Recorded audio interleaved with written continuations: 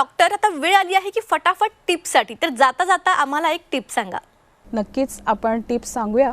तर त्याआधी जसं आता थंडी वाढलेली आहे आणि कडाक्याची थंडी यावेळेस सगळीकडेच पसरलेली आहे आणि आता असं जाणवतंय रुग्णांमध्ये, जे आपण क्लिनिकमध्ये बघतो की सांधेदुखीचा त्रास, गुडघेदुखीचा त्रास वाढला आहे. कारण थंडीमुळे तो वाढतो आणि वेदना होणं किंवा सूज येणं अशासारखे विकार खूप आता वाढताना दिसत आहेत. तर दर्शकांना त्याचा लाभ व्हावा म्हणून सांधेदुखी किंवा आपण ज्याला संधिवात म्हणतो त्यासाठी मी एक होम रेमेडी सांगते.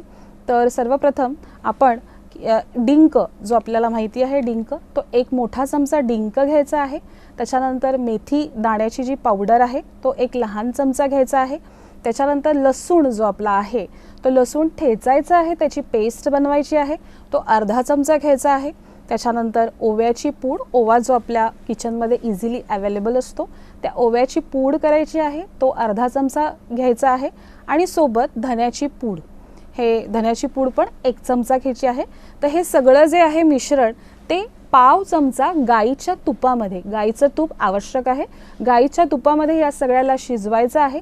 आणि मग त्याच्यामध्ये अर्धा कप पाणी घालायचं आहे आणि ते अर्धा ग्लास पाणी घातल्यावरती दिवसातून 2 ते 3 वेळेला हे जे मिक्सचर आहे त्याचं, या पाण्याचं सेवन करायचं आहे. ह्याचा लाभ सगळ्यांना नक्कीच होईल. गुडघेदुखी असू दे, सांधेदुखी असू दे, की ह्याच्यामध्ये जे इन्ग्रेडियंट्स आपण यूज केले आहेत ते अशा पद्धतीने खूप उपयुक्त आहेत त्या वेदनेवरती आणि इवन त्या सुजेवरती देखील.